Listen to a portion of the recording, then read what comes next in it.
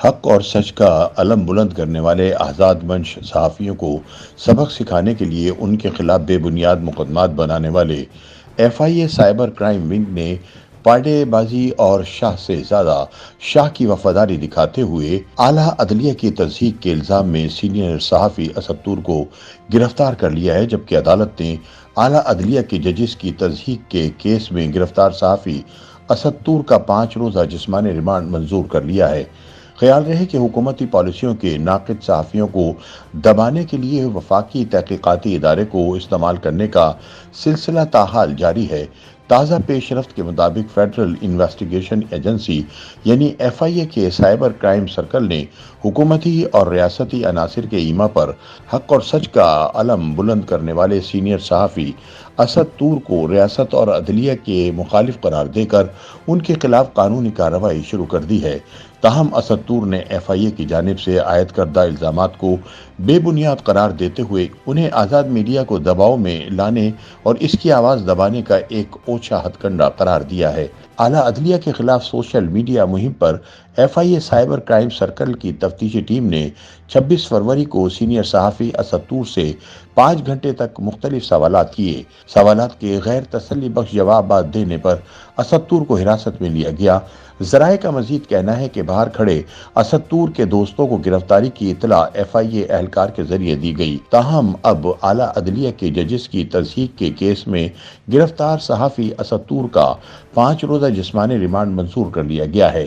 وفاقی تحقیقاتی agency F I اے نے گرفتار صحافی اسد طور کو ڈسٹرکٹ اینڈ سیشن کورٹس اسلام آباد میں پیش کیا۔ جوڈیشل مجسٹریٹ محمد شبیر نے کیس کی سماعت کی۔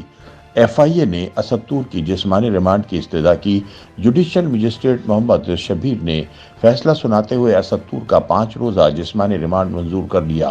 خیال رہے کہ ایف آئی اے نے اسد طور کو انتخابات سے قبل تحریک انصاف کو بلے کے نشان سے محروم کرنے کے سپریم کورٹ کے فیصلے کے بعد اعلیٰ عدلیہ کے خلاف بدنیتی پر مبنی مہم کے الزامات کے تحت گزشتہ روز گرفتار کیا تھا۔ انسانی حقوق کے لیے سرگرم سماجی کارکن اور اسد طور کی وکیل ایمان زینب مزاری حاضر نے اسد طور کی گرفتاری کی تصدیق کرتے ہوئے کہا کہ اسد طور ہفتے کو جاری کیے گئے نوٹس کا جواب دینے اور عدلیہ کے خلاف مہم کے الزامات کے حوالے سے تحقیقات میں تعاون کرنے کے لیے 26 فروری کو اسلام آباد ایف آئی اے کے سائبر کرائم رپورٹنگ سینٹر پہنچے تھے۔ انہوں نے مزید کہا کہ قانونی ٹیم اسلام آباد ہائی کورٹ سے حکم نامہ حاصل کرنے کے بعد ایف آئی اے کے دفتر گئی، جس میں ایف آئی اے کو ہدایت کی گئی تھی کہ اسد طور کو ہراساں نہ کیا جائے، لیکن اس کے باوجود انہیں قانونی ٹیم کے بغیر ایف آئی اے کے احاطے میں لے جایا گیا۔ ایکس پر رات 9:05 پر پوسٹ کی گئی ایک اپ ڈیٹ میں ایمان مزاری نے بتایا کہ اسد طور کو ایف آئی اے نے گرفتار کر لیا ہے۔ صحافیوں سے گفتگو کرتے ہوئے ایمان مزاری نے کہا کہ ایف آئی اے کا ایک اہلکار عمارت سے باہر آیا اور لیگل ٹیم کو اسد طور کا ہاتھ سے لکھا ہوا نوٹ پہنچایا اور کہا کہ اسد طور کو باقاعدہ طور پر گرفتار کر لیا گیا ہے۔ مذکورہ نوٹ میں اسد طور کی جانب سے ان کے اہل خانہ کے لیے مختلف ہدایات تھیں۔ ایمان مزاری کے مطابق اسد طور نے ایک کاغذ پر چند نوٹ لکھ کر بھیجے، جس میں انہیں اپنی ضعیف ماں کا خیال رکھنے کے بارے میں درخواست کی ہے۔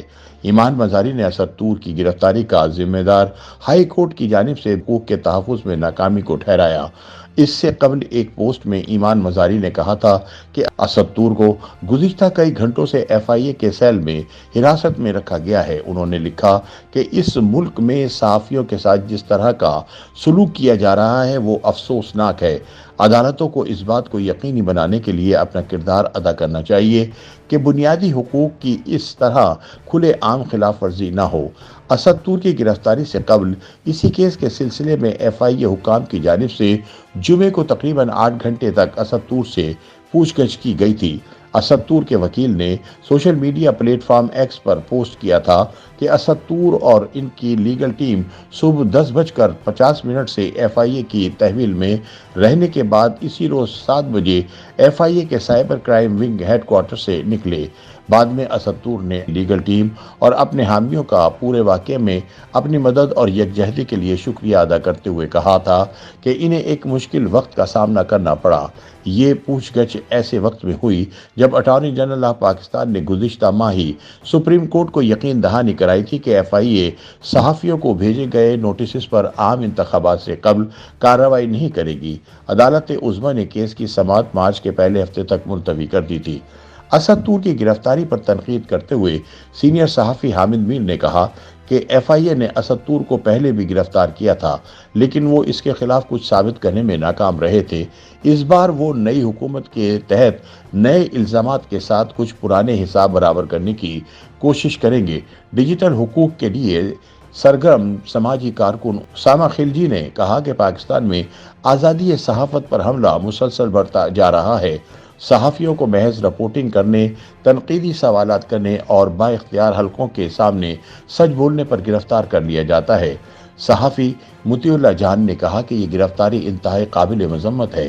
یہ صحافی برادری کے لیے ایک یاد دہانی ہے کہ ہائیبرڈ نظام حکومت میں انتخابات سے کچھ بھی نہیں بدلتا۔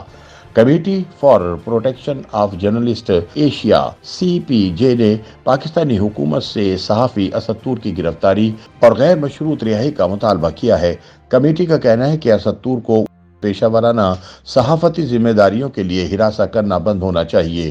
اسلام آباد ہائی کورٹ کے حکم کی صریحاً خلاف ورزی کرتے ہوئے پاکستانی صحافی اسد علی طور کی گرفتاری سے ہم حیرت زدہ ہیں۔ دوسری جانب اسد پر FIA کے مقدمے کی FIR سامنے آ گئی، جس میں اسد پر سرکاری افسران کے خلاف منفی اور جھوٹا بیانیہ بنانے کے لیے مہم چلانے کا الزام عائد کیا گیا ہے۔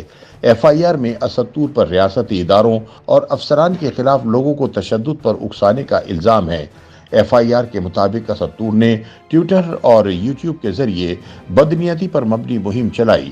اسد نے ریاست مخالف سرگرمیوں کو ہوا دی۔ اسد کے خلاف پیکا آرڈیننس 2016 کے تحت مقدمہ درج کیا گیا ہے۔